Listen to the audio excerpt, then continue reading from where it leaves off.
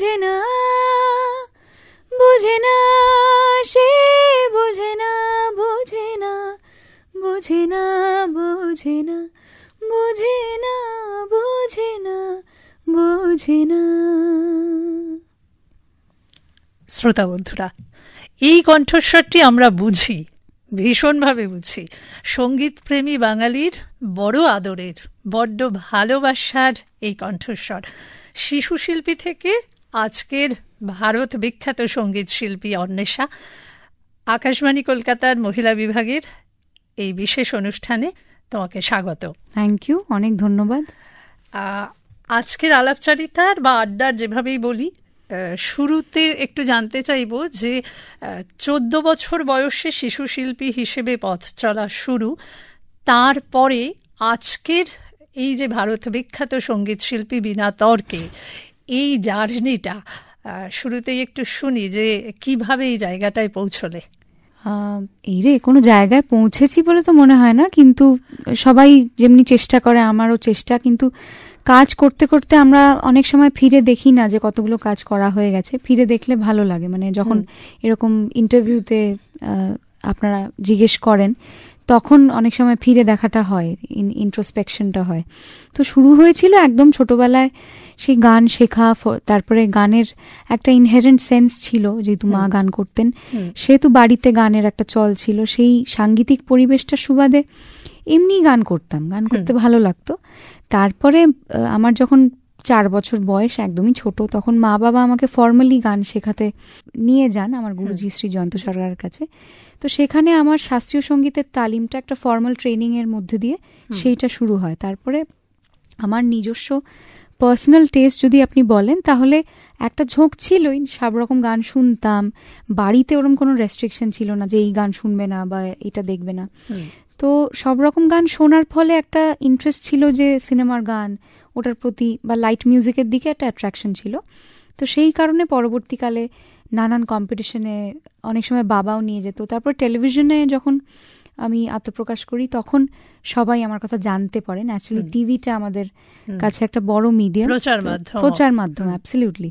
তো টিভির মাধ্যমে যেটা তার আগে কিছু মানুষ জানতো, যেখানে যেতাম সেখানে সবাই গান শুনে ভালো বলছে, ওই অবধি ছিল। সেটার তখন ওই অবধি সীমাবদ্ধ থাকলো না, সবাই জানলো, আরো মানুষের ভালোবাসা পেলাম, আরো পরিচিতি পেলাম। তো টিভি থেকে তারপরে যেটার কারণে আমার অ্যাকচুয়ালি টেলিভিশনে যাওয়া, সেটা হচ্ছে আমি চাইতাম যে আমি নিজের গান গাইবো। আচ্ছা। তো নিজস্ব, মানে আমার গানের জন্য আমার পরিচিতি হবে, এমন নয় যে আরে ও তো লতা মঙ্গেশকরের গানটা ভীষণ ভালো গায়, বা ও কবিতা কৃষ্ণমূর্তির গানটা খুব সুন্দর গায়, এটা নয়। আমার যেন একটা দিন যেন এরকম আসে, যেমনি এখনকার অনেক বাচ্চারা যে অন্বেষার এই গানটা গাইছে কেউ কম্পিটিশনে, তো সেইটা তার পরবর্তীকালে সার্কামস্ট্যান্সেস অলসো হেল্পড, মানে পরিবেশ পরিস্থিতি, নানান রকম ফ্যাক্টর থাকে। শুধু নিজে পারসিভিয়ারেন্স থাকলেই হয় না, নিজের ট্যালেন্ট থাকলেই হয় না, আরও অনেক ফ্যাক্টর থাকে। তো সব কিছু একসাথে মিলে আমার মনে হয় যে ইউনিভার্স কনস্পায়ার্ড। তো সেই কারণে আমার প্লেব্যাকের সুযোগগুলো এলো, প্লেব্যাকের সুযোগগুলো আসতে আসতে তারপর দেখলাম নানান ভাষায় আমি গাইতে শুরু করলাম, নানান রিজন থেকে। কি প্রীতম দার সঙ্গে কাজ করা গোলমাল রিটার্নস, এটা একটু ডিবেটেবল, কারণ প্রথম প্লেব্যাক আমার এটাই, টেকনিক্যালি সবাই জানে, রোহিত শেট্টির গোলমাল রিটার্নস, যেটা প্রীতম দা আমাকে কম্পিটিশন চলাকালীন উনি অ্যানাউন্স করেছিলেন যে এটাতে আমি ব্রেক থ্রু দেবো। তো ওটা ইজ অফিসিয়ালি মাই ডেবিউ। কিন্তু আমি প্রথম গান, যদি আপনি বলেন প্রথম কোনটা রেকর্ড করেছি, তাহলে সেটা একটা অন্য হিন্দি ছবিতে আমি গান রেকর্ড করেছিলাম, সৌরভ শুক্লার I am 24, যেটা তারপরে গোলমাল রিটার্নসের পরে রিলিজ হয়। তো সেই কারণে ওটা আমার ডেবিউ বলে কেউ জানে না, ডেবিউ এইটাই অফিসিয়ালি, কিন্তু কারেক্ট। বাট প্রথম রেকর্ডিং হিন্দি ছবিতে আমার ওইটা, যেটা যতীন পণ্ডিতজির জন্য আমি গেয়েছিলাম I am 24-এ। তার পরবর্তীকালে তো বাংলা ছবিতেও কাজ শুরু হয়ে যায়, বাট শুরুটা হয়েছিল হিন্দি দিয়ে। আচ্ছা, আর এখন তো ইন্ডি পপটাই বেশি গাওয়া হয় না? সবই গাইছি, ওরকম কিছু না। মানে এখন আমি আমার ক্যারিয়ার চলতে চলতে অনেকগুলো ট্রানজিশন দেখলাম। মানে একদম আমি যখন শুরু করেছিলাম তখন সিনেমার গানের যে একটা মানে কি বলবো, যে একটা স্পেকট্রাম ছিল, সিনেমার গানের পপুলারিটির যে স্পেকট্রামটা ছিল সেটা এখন নেই, আমি বলবো না, নেই বললে ভুল হবে, কারণ দেশটা আলটিমেটলি ইন্ডিয়া, আমরা এখানে সিনেমা দেখতে সবাই ভালোবাসি এবং music is an integral part of cinema. তো সেই কারণে সেইটা বলাটা ভুল হবে যে এখন সিনেমার গান কেউ শোনে না, অবশ্যই শোনে, কিন্তু সিনেমার গান এখন একমাত্র প্ল্যাটফর্ম নয় মিউজিকের জন্য, যেটা ভালো। অন্বেষা, এখান থেকে একটু জানতে চাইবো যে এখন কিন্তু শাস্ত্রীয় সঙ্গীতও ভীষণ আলাদাভাবে গাওয়া হয়, সেটা তোমার কেমন লাগে?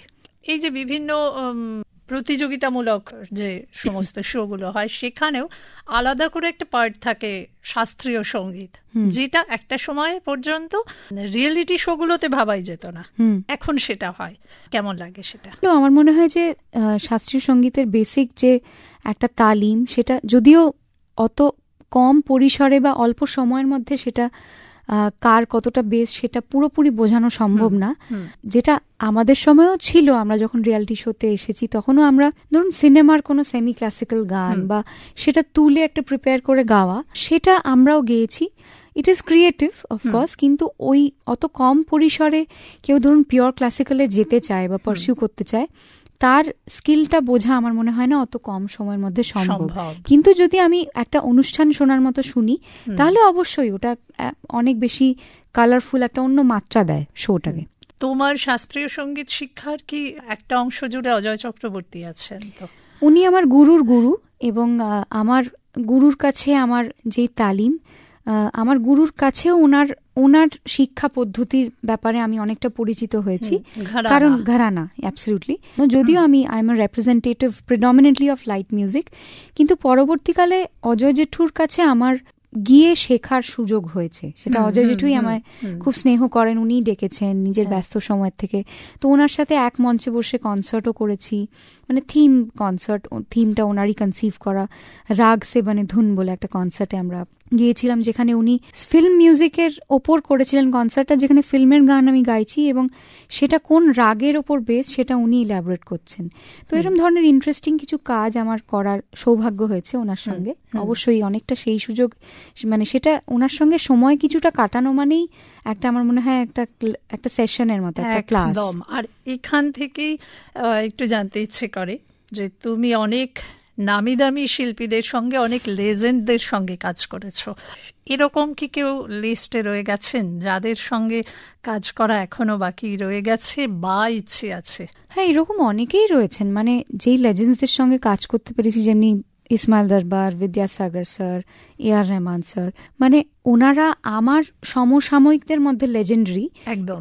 কিন্তু এরকম প্রচুর আরো মানুষ আছে, যেমনি রাজা স্যার, ইলিয়ারাজা স্যার, ওনার সঙ্গে আমার এখনো কাজ হয়নি। ইউভান শঙ্কর রাজা, মানে রাজা স্যারের ছেলে, তিনিও দারুণ মিউজিক করেন। তো এরকম মানে অগুন্তি নাম আছে, এবং শুধুমাত্র সিনিয়রদের মধ্যেই নয়, মানে I also want to work with, যেমনি ধরুন সালিম সুলেমান রয়েছে, বিশাল শেখর রয়েছে, ওদের জন্য আমি গাইতে চাই।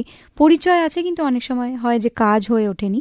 তো এরকম বহু সুরকার আছে, বহু আর্টিস্ট আছে যাদের সঙ্গে কোলাবোরেশনের ইচ্ছে রয়েছে।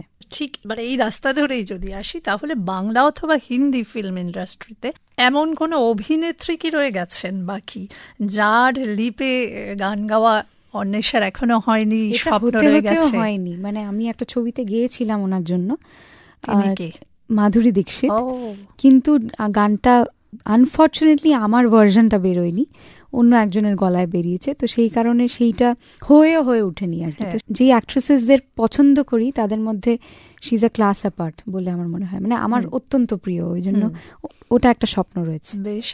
আর কেউ বাংলা ফিল্ম ইন্ডাস্ট্রিতে মানে Bangla film industry has been very kind to me, ওই জন্য ম্যাক্সিমাম হিরোইন্সদের জন্যই গেয়েছি। আমার ওরকম করে বলা মুশকিল যে কাদের জন্য গাইনি, মানে ঋতু দি আছে, ইনফ্যাক্ট দেবশ্রী রয়ের জন্য আমি গেয়েছি, ইনফ্যাক্ট সাবিত্রী চট্টোপাধ্যায়ের জন্য গেয়েছি ঠাম্মার বয়ফ্রেন্ড বলে একটা ছবিতে, মানে যেটা খুব আনইউজুয়াল চরিত্রে আবির, একদম আবিরদা ছিল, এবং কমেডি ছবি, দোলন মৈনাকের মিউজিক ছিল। তো ওইটা খুব ডিফারেন্ট ছিল, মানে সাবিত্রী চ্যাটার্জির জন্য আমি প্লেব্যাক করছি, এটা মানে ভাবলেই কিরকম লাগে, কারণ জেনারেশনটা এত আগের, একদম। তো সেই কারণে, এবং এখনকার যারা অফকোর্স শ্রাবন্তী দি আছে, কোয়েল দি ইজ সাচ আ ফেভারিট, কোয়েল দির জন্য আমার হিট গান আছে, কিন্তু আবার গাওয়ার সুযোগ পেলে আমি নিশ্চয়ই গাবো। পাওলি দি আছে, রাইমা দির জন্য কত গান আছে, শুভশ্রী দি আছে। তো আমি অনেকের নাম মিস করে যাচ্ছি, কিন্তু মানে বাংলার হিরোইন্সরা আমার বেশি ফেভারিট, মানে এত সুন্দর বাঙালি মেয়েরা যে আমার কিছু বলার নেই। So I just love singing for them. তার মানে এখন পর্যন্ত অধরা স্বপ্নটা রয়ে গেছে মাধুরী দীক্ষিতকে ঘিরে, মানে এটা একটা নাম বললাম, সেটা খুব খুব শীঘ্রই এই স্বপ্নটা সফল হোক। অন্বেষা, কথা প্রসঙ্গে ইসমাইল দরবারের কথা এলো, তার সঙ্গে তুমি অ্যাসিস্ট করেছো, একটু শুনি যে এই অসাধারণ অভিজ্ঞতার কথা, আর একই সঙ্গে ভবিষ্যতে কি এই ধরনের কাজ করার কোনো পরিকল্পনা আছে?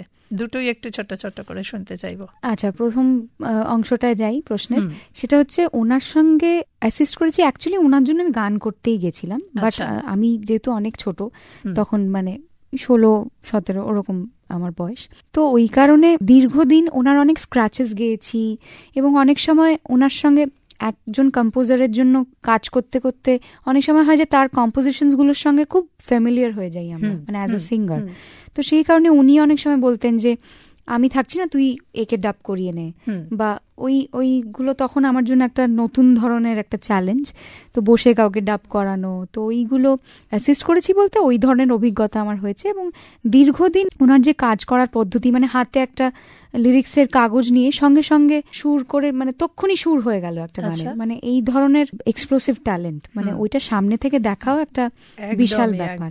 তো এইটা একটা, মানে এই অভিজ্ঞতাগুলো আমার কাছে খুব গোল্ডেন মেমোরিজ আমি বলবো, যেটা তখন আমি বুঝতে পারিনি, কিন্তু ওটা আমার কাছে কি ছিল ওটা আমি এখন বুঝতে পারি। আরেকটা আপনার প্রশ্ন ছিল যে এই ধরনের কাজ করার ইচ্ছে ভবিষ্যতে রয়েছে কিনা। এই ধরনের কাজ বলতে আমি যেহেতু এখন নিজে মিউজিক ডিরেকশন করছি, তো মানে আমাকে এখন অনেক বাচ্চা ছেলেমেয়েরা যোগাযোগ করে, অনেক আমার সমসাময়িক ছেলেমেয়েরাও যোগাযোগ করে যারা অ্যাসিস্ট করতে চায়। আমি যেহেতু 2টো বাংলা ছবি, একটা মারাঠি ছবি কমপ্লিট করেছি, মানে এগুলো রিলিজড, আর একটা হিন্দি ছবি রিলিজ হবে, তো সেহেতু নিজে কম্পোজিশন করলে কি হয়, অনেকটা দায়িত্ব থাকে অলরেডি। তো সেখানে অন্য কাউকে যদি আমার অন্য কারুর থেকে কাজ শেখারই হয়, আমি নিশ্চয়ই অজয়াতুল স্যারকে অ্যাসিস্ট করতে চাইবো, কারণ ওনাদের জন্য একটা কাজ করেছি আমি অলরেডি, এবং I just love their music.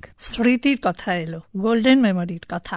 কলকাতায় বেড়ে ওঠা তোমার, তারপর এখন অনেকটা ট্রাভেল করতে হয় দেশে বিদেশে বিভিন্ন জায়গায়। কলকাতাকে কি মিস করো? কলকাতাকে আগে যতটা না মিস করতাম, মানে আগে একটা সময় ছিল যে যখন আমার টিন এজে আর কি, in my teenage and early 20s, তখন যখন বম্বে আসছি কাজ করার জন্য বা বম্বেতে বেশি সময়টা থাকছি, ওটা খুব এক্সাইট করতো আমায়।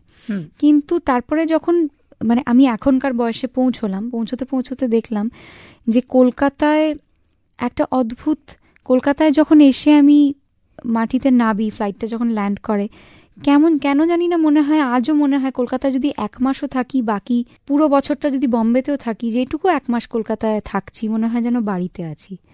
তো এই যে ফিলিংটা কলকাতা ছাড়া অন্য কোথাও হয় না। এবং কলকাতায় আমি যখন কাজ করছি না, যদিও কলকাতায় অনেকটা কাজ নিয়েই আসা হয়, বাংলা ইন্ডাস্ট্রিতে অনেক কাজ থাকে, নানান কাজ থাকে, এবং এখান থেকেও অন্যান্য রিজিয়নের কাজও আমি কোভিডের সময় 2020 সালে করে পাঠিয়েছি।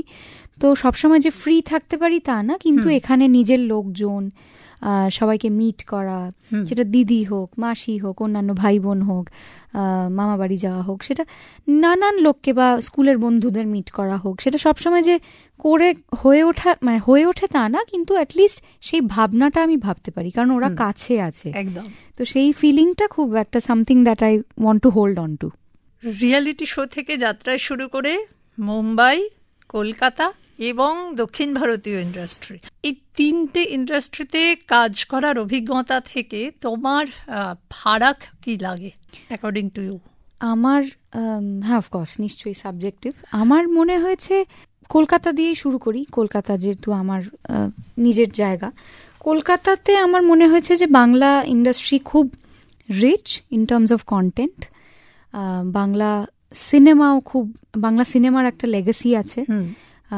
অবশ্যই সত্যজিৎ রায় আমার নাম নেওয়ার অপেক্ষা রাখে না সেটা। তো সেই লেগেসিটা আমি বলবো না যে এখন পুরোপুরিভাবে কন্টিনিউ হচ্ছে, এখন আমরা অনেক ডাইভার্সিফাই করে গেছি, নানান ধরনের ছবি হচ্ছে, সেটা ভালো, সেটা একটা ট্রেন্ড।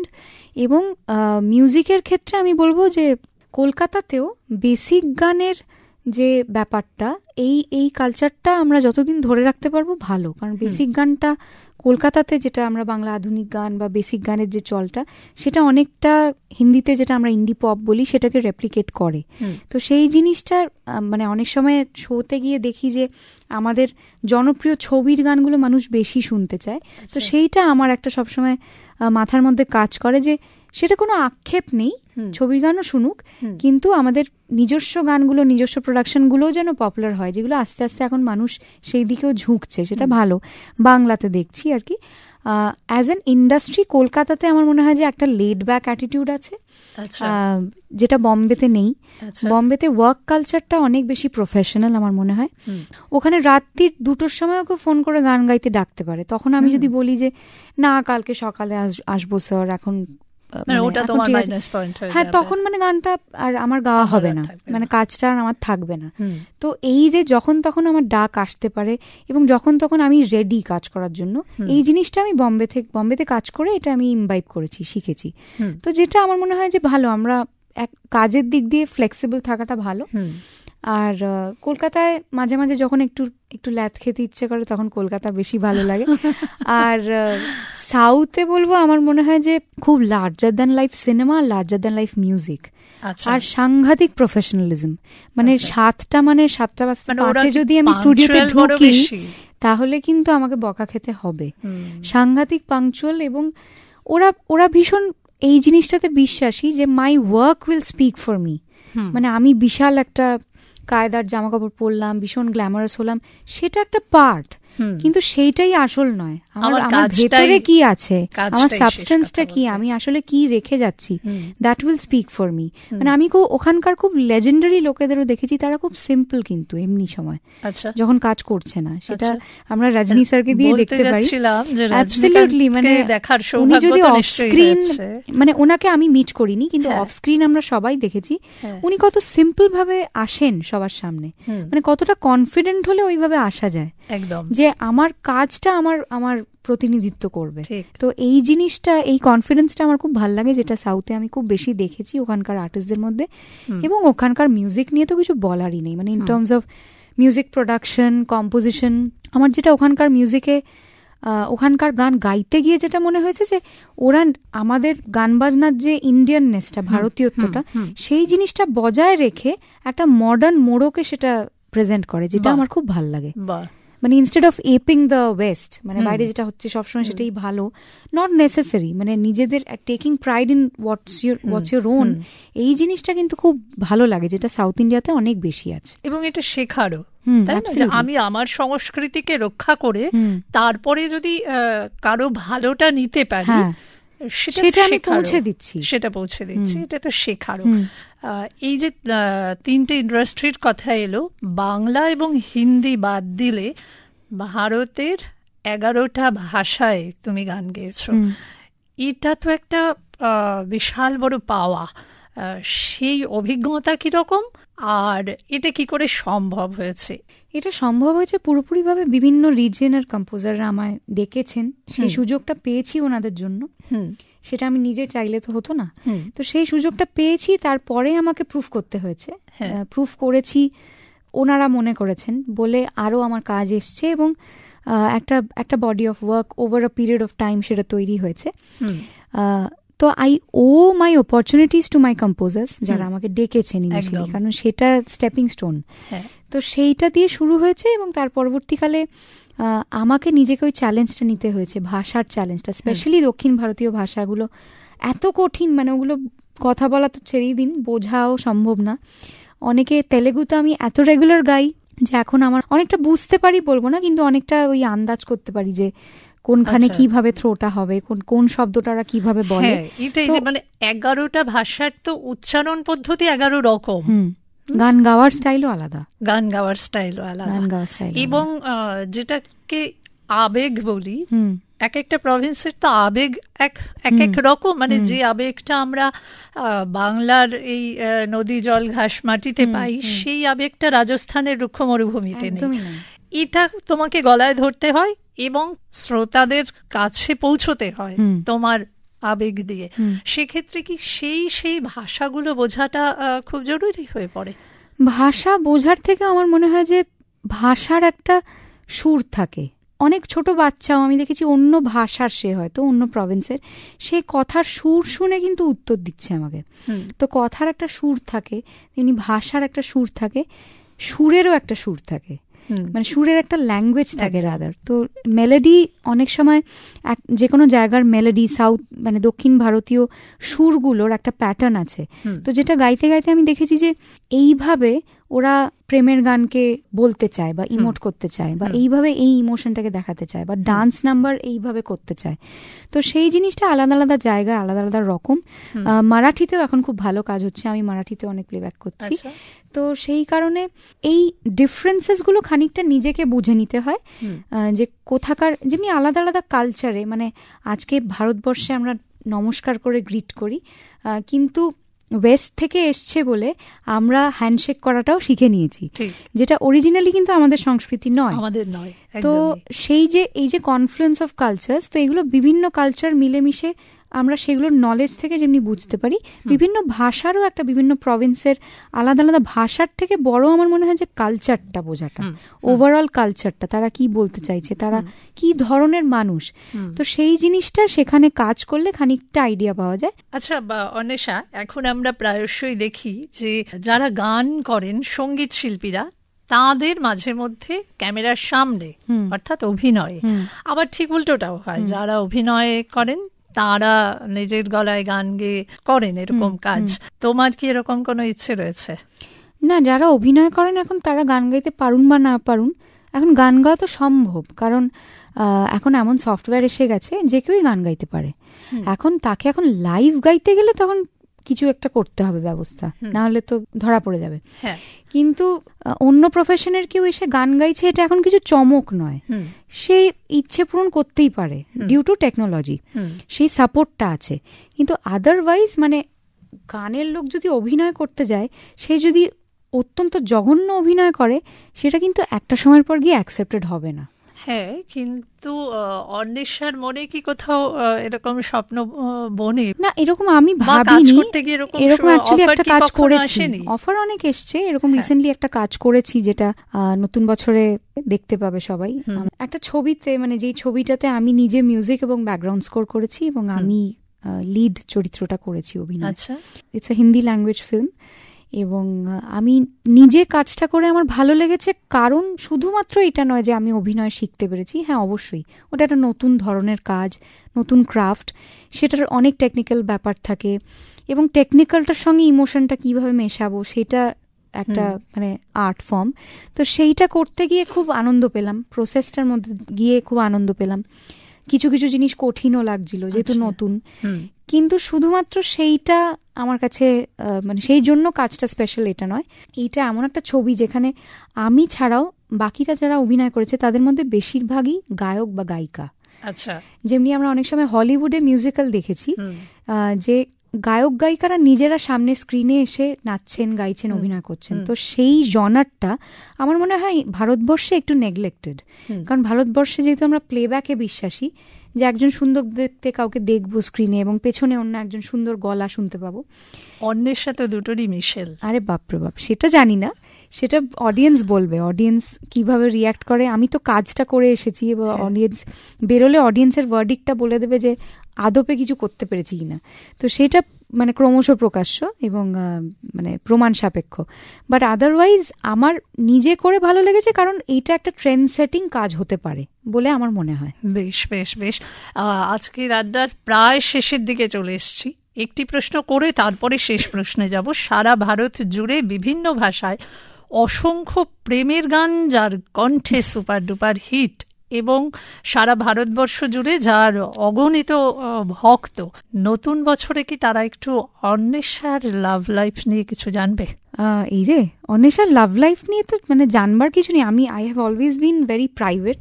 এরকম সিরিয়াস কিছু হলে তখন অটোমেটিক্যালি সবাই জানবে, পরিবারও জানবে, আমার যারা শুভাকাঙ্ক্ষী তারাও জানবে, এবং তো এটা নতুন করে আমাকে জানাতে হবে না, নিজের থেকেই তারা জেনে যাবে। খুব পলিটিক্যালি কারেক্ট উত্তর দিয়ে সেটাই আমার উদ্দেশ্য ছিল। খুব মিষ্টি করে পাশ কাটালো। আর একটা কারণ না না, সেটা একেবারেই না, মানে my parents are very broad minded. আমার বাড়িতে একটা ফ্রিডম আর স্ট্রাকচারের মেলবন্ধন আছে, মানে যা খুশি করাটা অ্যালাউড না, কিন্তু মানে আমাকে এনাফ ফ্রিডমও দেওয়া হয়, অনেক সময় আমি সেটা ব্যবহার করি না। একেবারে শেষ প্রশ্নে যাই, নতুন বছরের পরিকল্পনা কি কি, নিজেকে আগামী দিনে তুমি কিভাবে দেখতে চাও, এবং আমরা শ্রোতারা নতুন বছরে তোমাকে কি কি ভাবে পেতে চলেছি? আচ্ছা, ভেরি ইন্টারেস্টিং কোয়েশ্চেন। নতুন বছরে আমি মানে ইনফ্যাক্ট আমার 2024 সাল থেকেই গান লেখার যে জার্নিটা, সেটা আমি ইন্ডিপেন্ডেন্ট গান লিখছিলাম, নিজস্ব কম্পোজিশনে লিখছিলাম, কিন্তু আমার একটা বলিউড ছবি তে প্রথম গান লিখলাম আমি 2024-এ, মে লড়েগা ছবিটার নাম। ইট ওয়াজ আ স্মল ফিল্ম। তার মানে গীতিকার অন্বেষার হাতে খড়ি সদ্য বিগত বছরটিতে হয়ে গেল। হ্যাঁ, হয়ে গেছে বলতে পারেন। মানে হাতে খড়ি বলতে হ্যাঁ, সিনেমার গান লেখা সেটা একটা অন্যরকম, এবং অন্য কোনো কম্পোজারের জন্য লেখা। এবং কামিং ইয়ারের শুরুর দিকে একটা ওয়েব সিরিজ গোট, ওখানেও 2টো গান আমি লিখেছি, মানে অ্যাজ এ লিরিসিস্ট। মানে আমার এইগুলো আপকামিং রিলিজ দেবদার প্রোডাকশনে বিনোদিনী আছে। এই বছর আমার বেশ কিছু বাংলাতে, যেগুলো হলে এই মুহূর্তে চলছে বা এখন হয়তো চলে গেছে, বেশ কিছুদিন আগে চলছিল, ভানু বন্দ্যোপাধ্যায়ের উপর একটি খুব সুন্দর কমেডি ছবি এসেছিল, কৃষ্ণেন্দু দার ডিরেকশনে। হ্যাঁ, অপু কাকু ছিল। ওই অপু কাকুর জন্যই আমি দেখতে গেছিলাম অ্যাকচুয়ালি হলে। ওই ছবিতে একটা খুব সুন্দর গান ছিল আমার। তারপরে বাপি লাহিড়ির জন্য একটা কাজ করেছিলাম, যেটা এই বছর কিছুদিন আগে রিলিজ করলো, ঋতুদির অভিনীত আমার লবঙ্গলতা। আচ্ছা, এছাড়া হিন্দিতে আমি হিমেশজির জন্য কয়েকটা গান আমার গাওয়া আছে। উনি খুব সিক্রেটিভ, উনি বলেন না কোন প্রজেক্ট কোন ছবি, তো ছবির গান আমি জানতাম, এবং কবে আসবে হয়তো 25 সালে আসলে খুব ভালো, গ্রেট। ওটা আমার মানে will be another feather to my cap. Javed মহসিনের জন্য কাজ করেছি, সতীশ চক্রবর্তীর জন্য একটা তামিল গান গেয়েছি, যেটা রহমান স্যারের একটা গানের রিমেক, সেটা ওই নতুন বছরে শ্রোতারা শুনতে পারবেন, আমি আশা করছি। আর কিছু কিছু জিনিস, কিছু কিছু রিলিজ যেগুলো জানি আমি কনফার্ম আসবেই, সেগুলোর মধ্যে আমি যেই ছবিটার কথা বললাম, যেখানে যেটা আমার অভিনয়ের প্রথম প্রজেক্ট ডেবিউ, যেখানে আমার মিউজিক আর ব্যাকগ্রাউন্ড স্কোরও সবাই শুনবে, সেই ছবিটাও আসবে, সেই ছবির গানও সবাই শুনবে। সেখানে একসাথে 11টা গান আছে, তো সেখানে একসাথে অনেকগুলো গান পাবে একটা অ্যালবামের মধ্যেই। তো ওই কাজটার জন্য আমি পার্সোনালি অপেক্ষা করে রয়েছি, যে সবাই শুনে কি বলে, দেখে কি বলে, কারণ ওটা নতুন ধরনের কাজ। এছাড়াও বেশ কিছু তেলেগুতে আমি কাজ করছি, ফিল্ম এবং নন ফিল্ম, এবং অন্যান্য আঞ্চলিক ভাষার কাজগুলো সব এখন মেনশন করছি না, যেগুলো আমি গেয়ে রেখেছি, যেগুলো 2025 সালে সবাই নতুন বছরে আমরা শুনতে পারবো। বেশ, নতুন বছর অন্বেষার সমস্ত স্বপ্ন সফল করুক, আর আমাদের সকলের বড় আদরের, বড় আপনার অন্বেষা আরো আরো অনেক দূর এগিয়ে যাক। আকাশবাণী কলকাতার মহিলা বিভাগের পক্ষ থেকে এটা আমাদের শুভেচ্ছা। এত ব্যস্ততার মধ্যেও আমাদেরকে এতক্ষণ সময় দেওয়ার জন্য অসংখ্য ধন্যবাদ। ভালো লাগলো কথা বলে, থ্যাংক ইউ।